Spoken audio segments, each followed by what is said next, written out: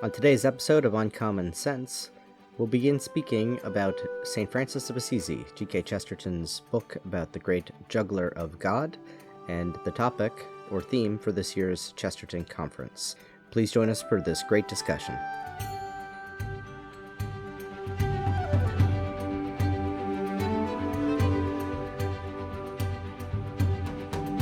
Hello and thank you for tuning in to Uncommon Sense. My name is Joe Grabowski. I am the Vice President for Evangelization and Mission here at the Society of Gilbert Keith Chesterton, and I am joined by the wonderful longtime host of Uncommon Sense, Grettelyn Darkey. Hi, Grettelyn. Hi, Joe. Good to be here today. And we're beginning a two-part discussion with this episode. We'll continue on in another episode. Discussion of the book that is the central theme of this year's conference, the annual Chesterton Conference in Minneapolis, of which more will be said later. But that book is Saint Francis of Assisi, and this was famously the first book that Chesterton wrote following his conversion to the Catholic Church, and it is kind of a spiritual biography, and in some senses maybe a psychological autobiography. I think we'll get into that a little bit because Chesterton had a great affinity for this great saint from childhood and did choose St. Francis as his confirmation saint when entering the Catholic Church in 1922. So Grettelyn, any first thoughts about the book, or maybe speak about your background with this book? Have you read it before? How many times returning to it?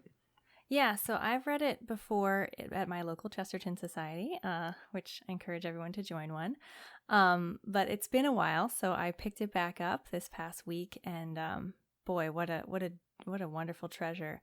But I would absolutely recommend, if you're going to the conference, if you're not going, reread this book or read this book. I want to say Bishop Barron read it, so you should too. But it's yeah, as you said, Joe, it certainly does have almost an autobiographical feel to it.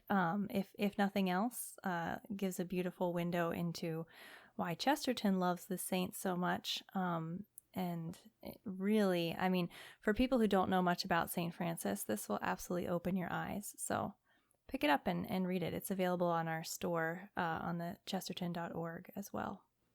Absolutely. And I think, for starters, it might be good to kind of try to contextualize the book a little bit in terms of Chesterton's career, anyway.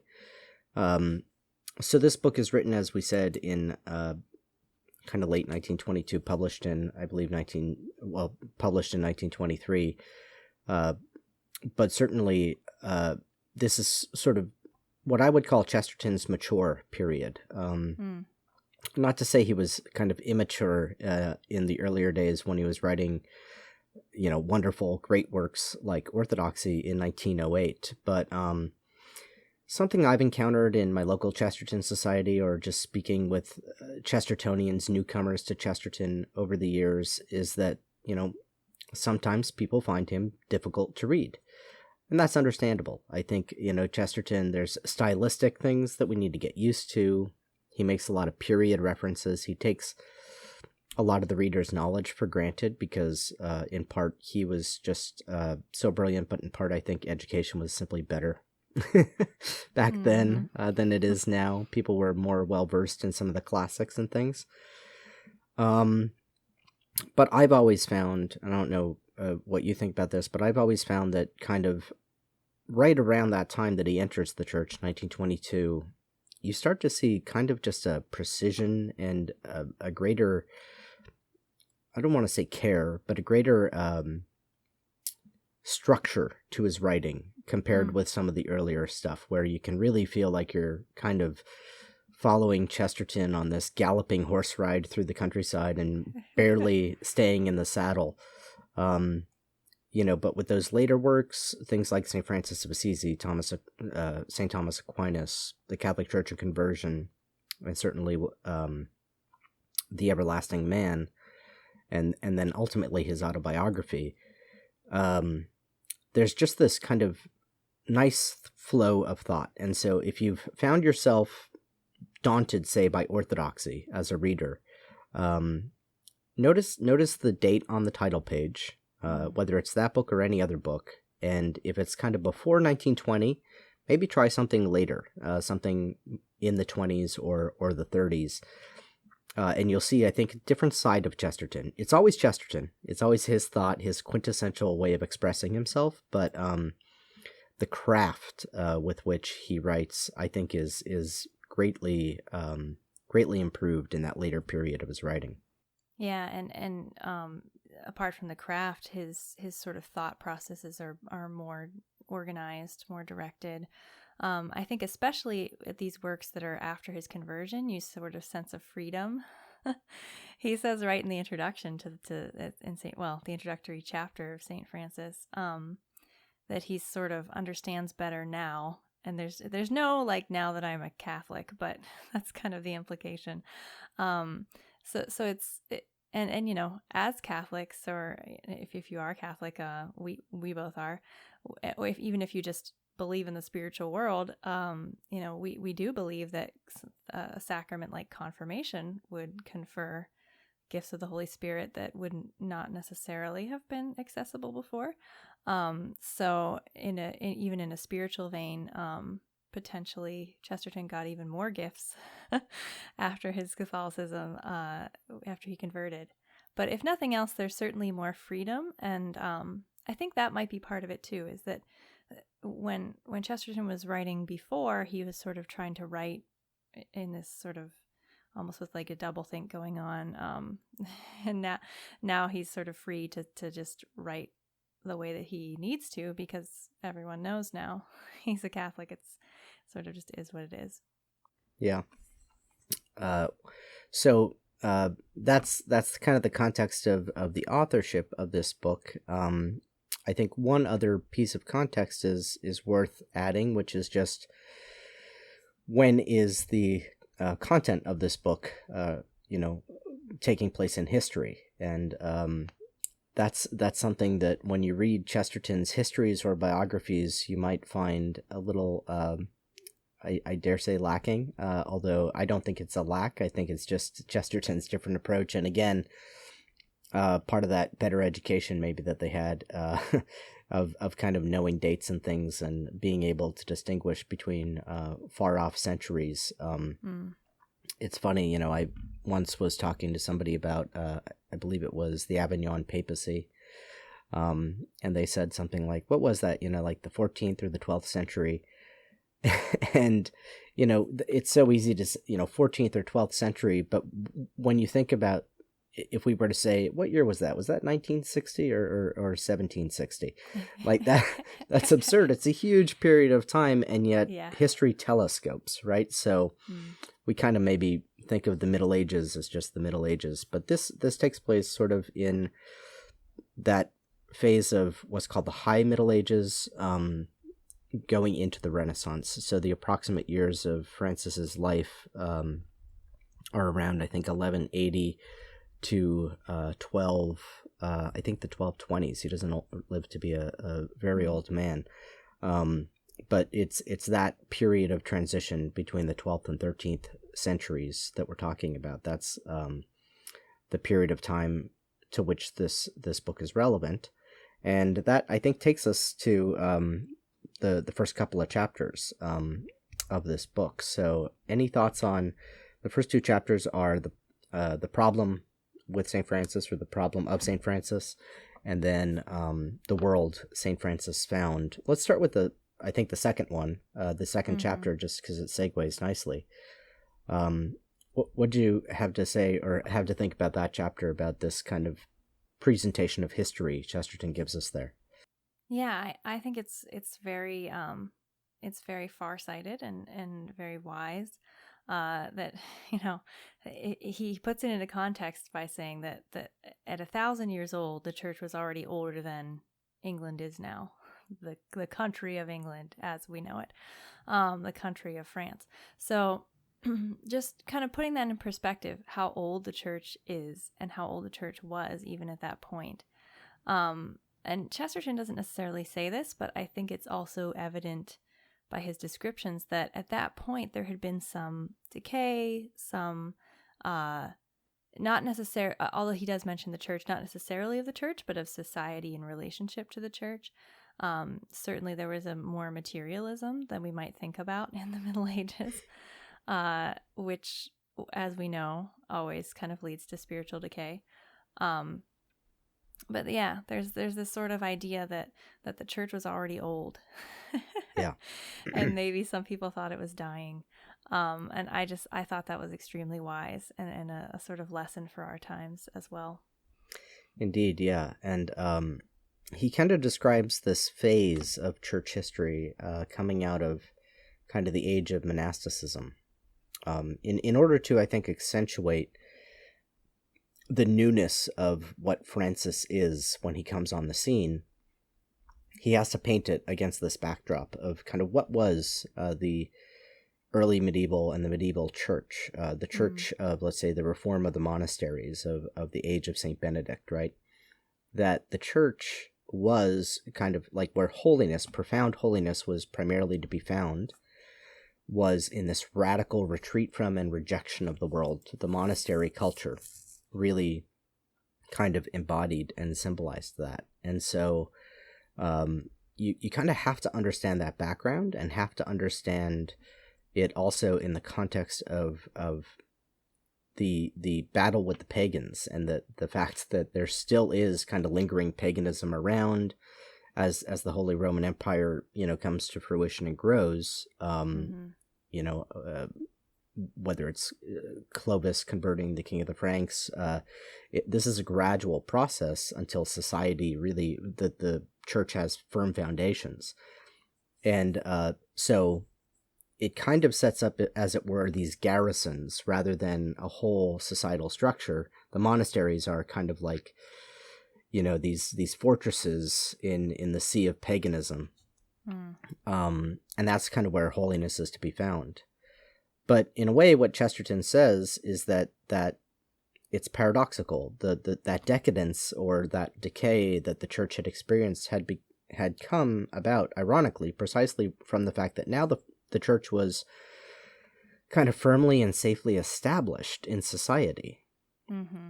And so now you did have, bishops as lords and, things like that. And here comes this guy, Francis, who's now going to be kind of like a monk, but a mendicant who's out among the people, giving that witness not within the walls of a monastery and in retreat from the world, but in engagement with the world, right? Which is the difference between the friars and that kind of active monasticism than, say, the Benedictine Eremitic model of monasticism. So that's a really useful kind of perspective on history that Chesterton gives us there. And it really is, a great service to the church that Chesterton is able to articulate in so few pages this great span of church history and sum it up so nicely. Mm-hmm. Yeah, and point out that it's almost the success of the monasteries that caused the decay. And as we'll see later in the book, and as we know from Francis's life, his own order started to be subject to decay because they were departing from that original charism. No, it's really great. And even in Chesterton, it's amazing, as you said, that he can put so much church history into such kind of brief context. But he even goes further back, talking about the pagan world that Francis kind of that came, that was Italy, essentially, before the church. And sort of helping to immediately debunk that myth that Saint Francis is a hippie or just a barefoot dancing nature lover. That in fact, if nature worship is the goal, nature immediately becomes unnatural.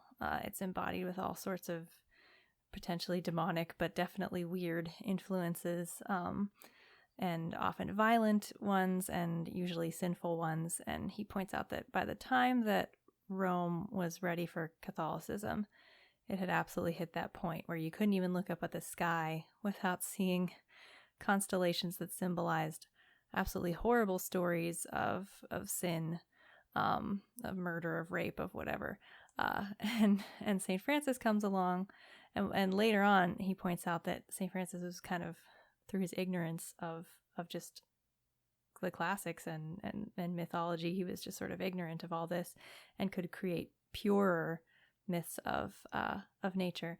But just kind of really digging in and debunking that theory that Francis was even in that tradition of nature worship. That was absolutely not the case. But again, we have this first context of sort of absolutely decayed paganism, sort of saved by the church, helped along by monasticism, and then monasticism starts to decay and need a little help, and here comes Francis.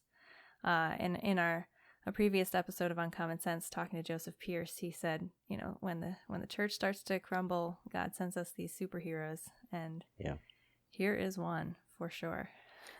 Yeah, and there's so much going on in that chapter of the world St. Francis found that you can see sort of laying the groundwork or planting the seeds. One of the kind of adages at my local Philadelphia Chesterton Society that we bring up again and again when we read his works is that all of Chesterton is in all of Chesterton, in the sense that when you're reading one of his works, whether it be like orthodoxy, you see these ideas coming up that are reflected in his novels. And he has this very cohesive philosophy.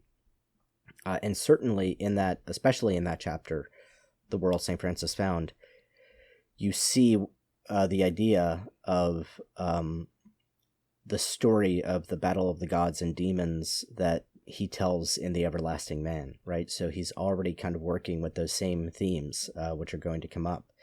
And you also just see this great treasuring. It's almost trite to say or observe about Chesterton to longtime listeners of this podcast probably, but that he really does appreciate a good paradox. And, part of the paradox is that in that earlier age, that monastic age, if you think of kind of a quintessential image of that is sort of Boniface chopping down the tree of the pagan Germanic people that were worshiping nature in this way. Mm-hmm.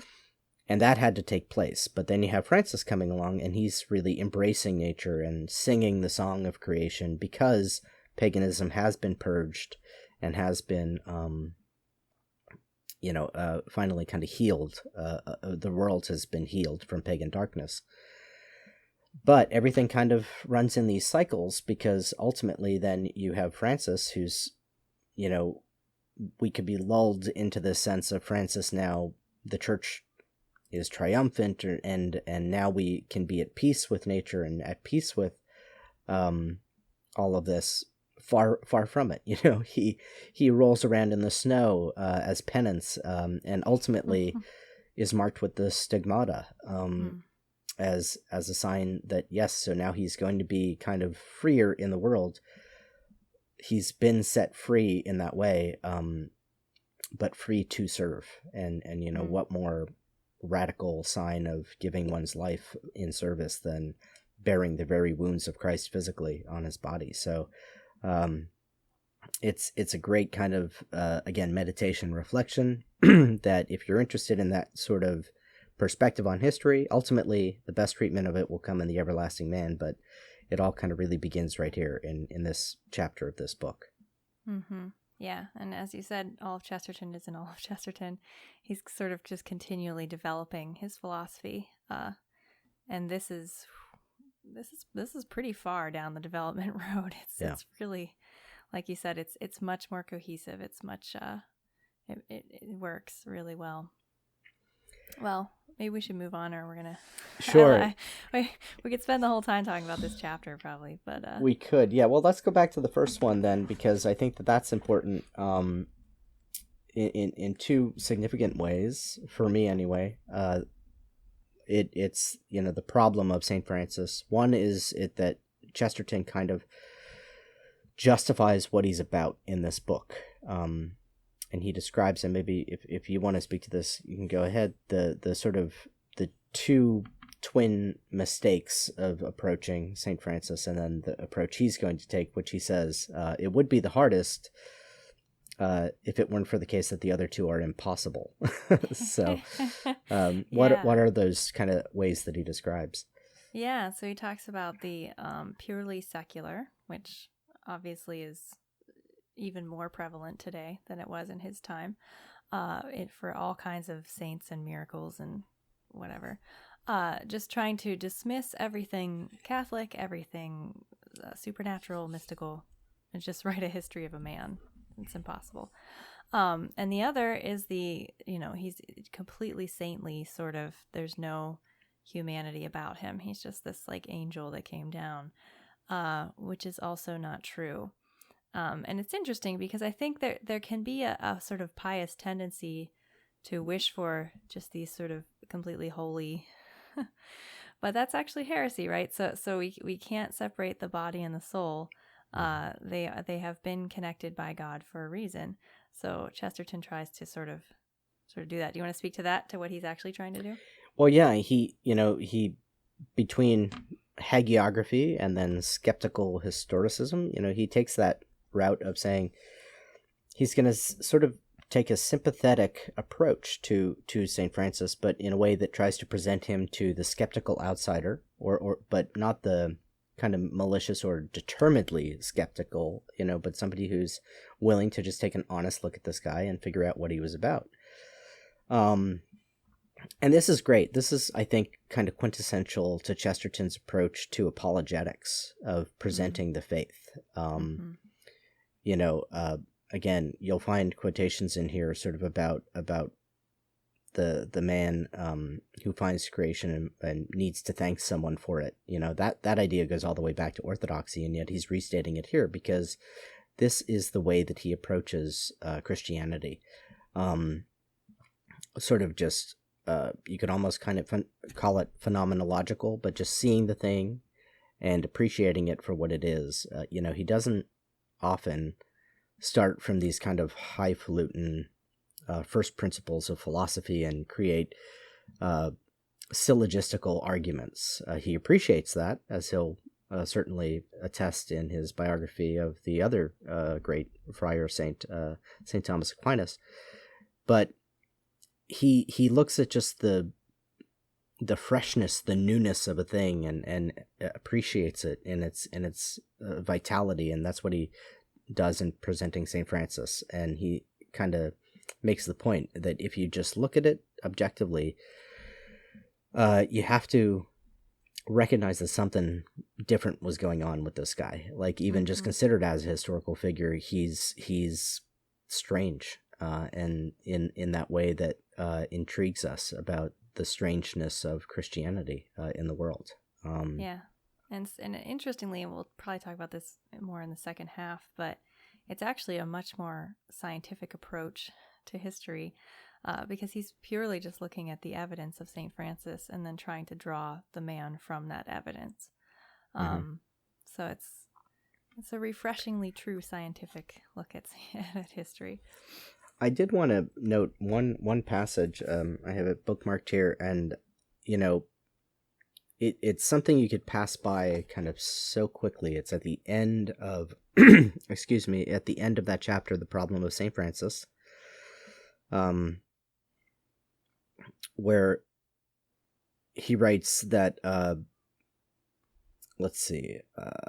many thousand things that I now partly comprehend I should have thought utterly incomprehensible. Many things I now hold sacred I should have scouted as utterly superstitious. Many things to me that seem to me lucid and enlightened now they are seen from the inside, I should have honestly called dark and barbarous seen from the outside, when long ago, in those days of boyhood, my fancy first caught fire with the glory of Saint Francis of Assisi. I too have lived in Arcady, but even in Arcady, I met one walking in a brown habit who loved the woods better than Pan. And one of the reasons that quotation just jumped out at me in this rereading is this is sort of a roundabout way of getting to the point, but years ago I gave a talk on Evelyn Waugh and Chesterton at the Chesterton conference, and I noted that Waugh's great book Brideshead Revisited, the second book, or part, it's in 3 parts. The second part is called The Twitch Upon the Thread, which is taken from the title of from a line in a Father Brown story, The Queer Feet, which is, he quotes, Waugh has one of the characters reading that story aloud. Lady Marchmain reads it aloud to the family. So that's where book 2's title comes from.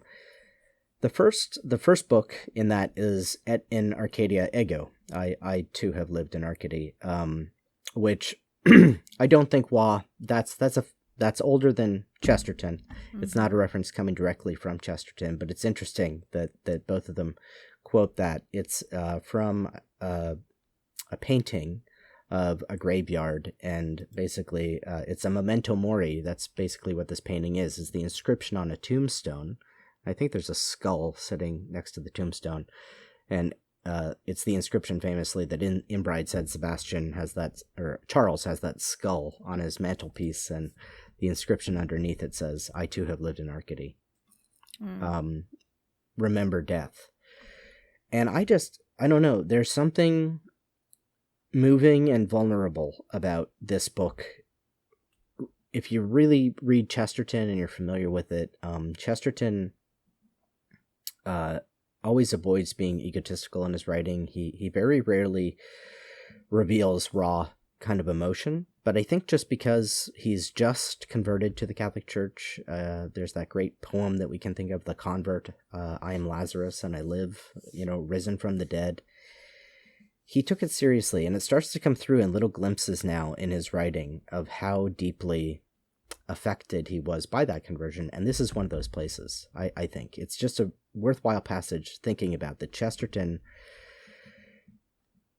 feels akin with Francis, and that he feels himself as coming out of that dark world of kind of rising to new life in Christianity, and now appreciating all things new the way Francis could appreciate all of creation new, and now Chesterton, who loved Francis from an early age, can even love Saint Francis anew, given the newness of his faith. That's beautiful. I think that's a not uncommon occurrence either, because I think there's a lot of people today who love Saint Francis and they aren't even really sure why. Right. He just has this sort of magnetic personality. But Chesterton so beautifully points out that he now understands him better from within.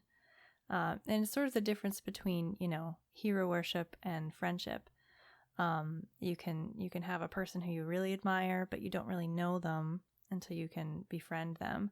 And as Catholics, the communion of saints is really that friendship that we are able to have through real relationships with these saints. Yeah, and I mentioned that I think this is kind of a work almost of psychological autobiography, at least between the lines, and I don't want to overstress that point, but there are passages where turning to our next chapter, the fighter, Francis the Fighter, there are passages where,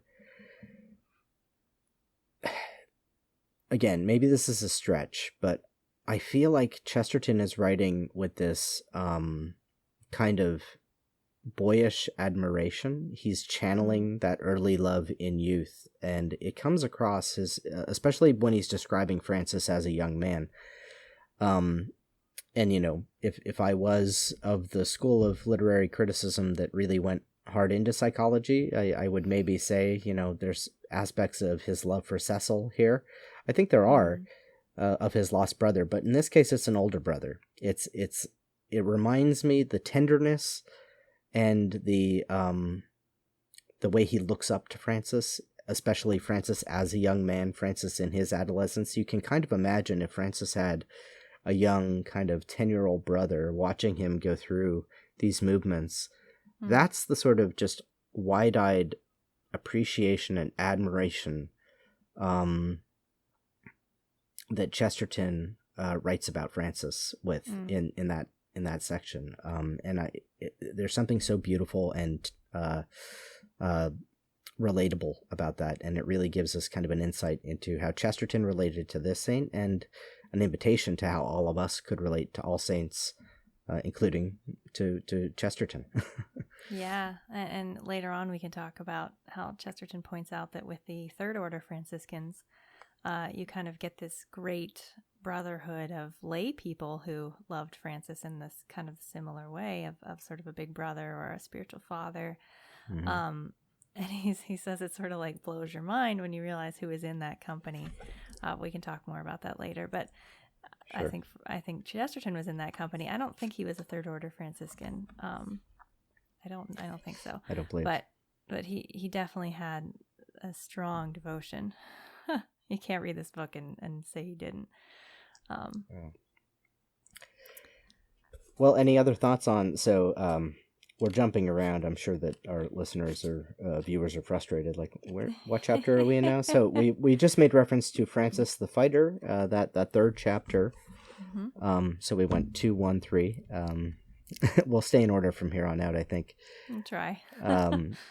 But I guess bullet point, or top level bullet point, something that we don't necessarily associate with this peaceful, monkish figure, the way he's portrayed in popular culture, with birds sitting on him and everything, is that he started as a soldier. And Chesterton says, by all accounts, a good soldier, somebody who did well in the tournaments and in kind of the courtly knightly exercises. So he was of that tradition of the knight in Christendom, and of the fighter, and he wanted to go off and fight.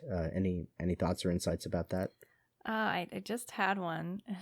Forgive me, everybody, but I just thought of the Redwall series by Brian Jakes. If you've ever read those, oh, they're delightful. They're for children for sure. Okay. But Jakes was a Catholic. He died recently. But it's a bunch of mice who are essentially monks, and but it became extremely popular in the secular world too. But it really illustrates, and I think this illustrates it too, that there's nothing unpeaceful about fighting for your home. In almost every one of these books, there's a dozen of them at least. The Redwall books, the mice have to defend their home from the evil rats or whatever. Mm-hmm. But it's sort of the similar feeling that it's not necessarily, and I think Chesterton says this pretty clearly, it's not against a love of peace to have to go to war to defend that peace. And he doesn't necessarily say that that's what happened, because these are sort of petty wars, but Francis was fighting for Assisi, for his home. So it's this interesting sort of paradox again, that it's not necessarily against peace to have to fight for peace at times, or just to have to fight, period. Yeah, sorry, that was a little roundabout, but no, that's great. It I can't remember the quotation or the source even, and I hope it's Chesterton, but somewhere, just the words "a violent peace" kind of come to mind, and I, if I'm not mistaken, I think it's when he's describing in Orthodoxy sort of the balance of virtues that gets accomplished in Christianity. I think it's the Eternal Revolution is the chapter in particular, where he talks about how, seen from the outside, Christianity seems like an excess of they're meek and violent, at the same time, for example. But actually, what Christianity is that balance. It is a religion of peace, truly, but it's a religion of peace that recognizes that peace has to be fiercely defended and preserved and worked for. It's not an idle peace. It's not a resting peace. That's for later. For the church militant, it's a peace of suborning the lower passions, and of governing well in a kingdom, and of subduing creation and subduing your own mortal body. All this, and that's not that's not retirement. Far from it. So it's not even mentioning the elements of spiritual warfare that we know Indeed. are continually happening also. And sort of what Francis actually ends up defending. He's his whole life is this fight, though. It's not necessarily a fight with swords, but he's sort of fighting for the authenticity of the gospel lived out. Yeah, and it carries. I think it really it's not as contradictory as it seems. Amen. Well, that takes us, I think, nicely into our next chapter. Francis the Builder, and this is it talks about kind of how he thought he was being called to go off and fight and be a soldier. Then has to return to Assisi from sickness, and he had this dream where he thought that that's what God was calling him to do, but now he realizes that there's something closer to home that he has to do. Any thoughts from chapter 4, Francis the Builder? Yeah, let me Not to putting you on the spot, but no, yeah. It's okay. I we're just referring to my notes here. I think one of the things that struck me, no pun intended, the most is his talk about Francis being broken so that he could be made anew. And then, saying, for those of us who aren't broken, but like who isn't broken really? I mean, Yeah. So, and again, you said Chesterton sort of conceals his feelings. It's easy to think of him as this big happy-go-lucky guy, but he had great suffering in his life. He just lost his brother in the war. Him and his wife were never able to have children. There were crosses he was bearing. But just this idea that suffering, in this case for Saint Francis, the kind of extreme humiliation of having to come home unsuccessful from trying to be a soldier, it sort of puts you in this vulnerable place where you are more able to hear God, more able to respond to a call from God. Certainly the case with Saint Francis. But yeah, that was probably the first. It's right at the beginning of the chapter, but it's probably the first thing that really struck me and made me have to put the book down and think for a second. Yeah, it's really that idea of humility as taught by humiliation, which again, and I think this is precisely why Chesterton's approach becomes so valuable, because in sort of the hagiographic tradition, there's that tendency to want sort of the sanitized saint, the saint who just, was holy, people like, I think of St. Catherine of Siena, who from, like age 4 is, radically mortifying herself and fasting and seeking out humiliation and everything. Francis was not that way. Francis is more of a St. Paul, St. Augustine. He's in that other tradition of someone who, although he's never, as Chesterton says, he wasn't necessarily one to paint the town red, but he had his other kinds of extravagances. One of them certainly could be said to be a sort of vanity, that he had this view of wanting to be the knightly, soldierly, admired one. He was a bon vivant and kind of well known in the circles of Assisi for being that kind of man about town.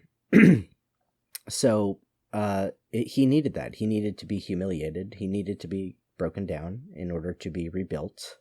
And everything is sort of fractal in the salvations, in the economy of salvation, right? So the rebuilding of the church starts with the rebuilding of we, the living stones that go into the church. And so even the physical churches that Francis is rebuilding themselves are not merely metaphors. They're really things that he physically built with physical bricks that he begged for. But in another way, they are symbolic in a typological way of the rebuilding of the larger church that comes from Franciscan spirituality and what it brings to Christianity at this time. For sure. And I think it's really beautiful that, sometimes I think it's easy to think if I surrender to God, I'm going to have to give up my personality and become, like you said, this like hagiological, walk around with my halo all polished all the time. But it's very interesting that Chesterton points out St. Francis's character through these first few chapters, and he's this big, magnetic, extravagant kind of character that really stands out. And he doesn't stop being that. After he becomes this mendicant, he's completely changed, and yet he's still the same. So it's just a beautiful example of how God can use what you have, and he doesn't want to just crush you and make you different. He's trying to use you properly and help you to employ your gifts properly. I think that's sort of a subtle illustration here in these first few chapters. Well, and that takes us nicely into the final chapter we'll discuss today, and kind of it's our capstone chapter for this episode, but it is in some ways, I would argue, the central chapter of the book, and it's the central theme of this year's Chesterton Conference, which is the juggler of God. And if you follow the through line, you kind of have at the very beginning this idea that with paganism, with encountering the pagan world, creation, in pagan darkness, creation itself is worshipped. And first, the purging has to happen, the purging of all of that nature worship and the improper relation to creation through centuries of what are called darkness, the Dark Ages, but centuries of that retreat, that more ascetic kind of lifestyle, until with Francis, you kind of get a renewal. And as it is in Christendom, so it is in the Christian life. Those same patterns of reversal, behold, I make all things new, right? Or as Christ, St. Paul tells us, put away the old man, and take on the new man. So we're made new creations in Christ, and that's what we see happening when Francis comes out of the cave. Not literally walking on his hands, as Chesterton says, but in a way, seeing all of creation reversed, seeing everything kind of turned upside down, in light of the joy of the gospel. And I love that Chesterton, the artist, touches on this from an artist's point of view and says, some landscape painters will, for a minute, try to stand on their head to see the world more clearly. When I started to learn to draw, the method that I was taught, we drew from pictures, not from nature, thankfully, because I cannot stand on my head. But you turn the picture upside down. That was what you did. And you are able to draw a more accurate picture that way. I don't know why. I think it's the dissociation of your preconceived whatever. You're able to dissociate from what it is and look at it as shapes and shadow, and but again, it's because you're seeing it new. You're seeing it for the first time in a way, because a person looks different when they're upside down. So yeah, it's a cool fact. Well, and Chesterton the artist certainly was aware of that, and as early as the Napoleon of Notting Hill, he has that great quote that it's one of the deep truths written in the Book of Life, that you can look at a thing 999 times and be perfectly safe, but if you look at it for the 1,000th time, you're in terrible danger of seeing it for the first time. Mm-hmm. So that renewal, that new vision that Christianity brings, I think the one important point to draw out of that chapter is that there's an order of operations to all of this. So in Catholicism in particular, we believe in works motivated by faith, and we believe in grace building upon nature. There's always a both and, but while we don't say sola fide or sola gratia, only grace, only faith, we do kind of put them in primary place. We say first faith, first grace, in a way. Grace is the primary mover. Without grace, even the grace of initial conversion is not something we earn or merit. It comes from God as grace. And he describes in here that Francis, being the tumbler of Our Lady, that kind of idea, being the tumbler of God, it's not the tumbling that comes first. It's not this. You don't get to appreciate this renewal of things unless you do it in the right operation. And it's that focus on Christ, that seeing all things transformed in him. So the way he says it, Our Lady's tumbler did not stand on his head in order to see flowers and trees as a clearer or quainter vision. He did not do so. It would never have occurred to him to do so. Our Lady's tumbler stood on his head to please Our Lady. If St. Francis had done the same thing, as he was quite capable of doing, it would originally have been from the same motive, a motive of purely supernatural thought. It would be after this that his enthusiasm would extend itself and give a sort of halo to the edges of all earthly things. And so that's another thing that we can never emphasize too much, that we can't forget that, God, even the good that is in creation is good, because God sustains it there, and it is hanging from the world. Exactly. As seen from upside down. Yeah, absolutely beautiful. And we are blessed as human beings, to be able to have those sort of startling experiences of grace. That's something that's given to us particularly. I don't think the angels have that experience. It's for us, really. Yeah. So it's kind of a beautiful, beautiful gift of God in itself to be able to even have those beautiful gifts of God in themselves. But yeah, it's definitely a central theme in all of Chesterton, that you cannot take for granted anything around you. Yeah. Because it might fall off of the world at any moment. Yeah, what's the great quote from Orthodoxy? Never look a gift universe in the mouth. Yeah. That's a good one. Yep. Well, any final thoughts on this first half of Saint Francis of Assisi? I wish we had more time. That's one. But I guess go read the book for yourself, and you'll get everything out of it, I'm sure, that we were going to bring out now. Here's just a quick quote that really struck me from this chapter 5. Chesterton says, "Good things look better when they look like gifts," just to kind of summarize that whole thing. Yeah. Anyway. Well, there's, as Grettelyn said, tons more that we could talk about, and that we're going to talk about. However, we'll do that on our next episode, but even more fulsomely, we will do it for 3 days and nights in Minneapolis in July 27th to 29th. If you can join us, whether it be digitally, online, which is very affordable. We have our online passes available, which give you access to all the sessions, the Q&As, the community forum. For the summer conference, those tickets are on sale for $85, and then we have our full conference registration for sale, as well as packages that include meals and the banquet, which gives you the convenience of being able to just have a quick meal on site at the hotel, browse the wonderful vendors who will be there with beautiful books and jewelry and all kinds of other things. Pipes, I hear, perhaps. Yep, maybe pipes and cigars, who knows, right? So all kinds of wonderful things at the 42nd Annual Chesterton Conference. Go to chesterton.org/conference. And please do join us for some wonderful discussions about Saint Francis of Assisi, G.K. Chesterton, and because it is G.K. Chesterton, everything else.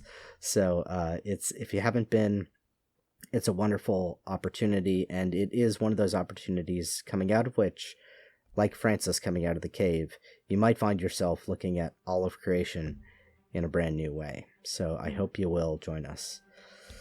And I think that'll just about wrap us up. Any closing thoughts, Grettelyn? No, I think I'll save them all for next time. Sounds great. All right. Well, thank you for joining me today, Grettelyn. Thank you. Always a pleasure. And to all our listeners and viewers, thank you for joining us. Please give us that like, give us that subscribe. Make sure that you hit the bell for notifications in case we ever do any live bonus episodes or things like that. And just to see whenever content, not just this podcast, but other things come out from the Society for Gilbert Keith Chesterton. And until next time, my name is Joe Grabowski. Thank you once again. Hopefully see you at the conference, because as we know, Chesterton is always better with friends. God bless.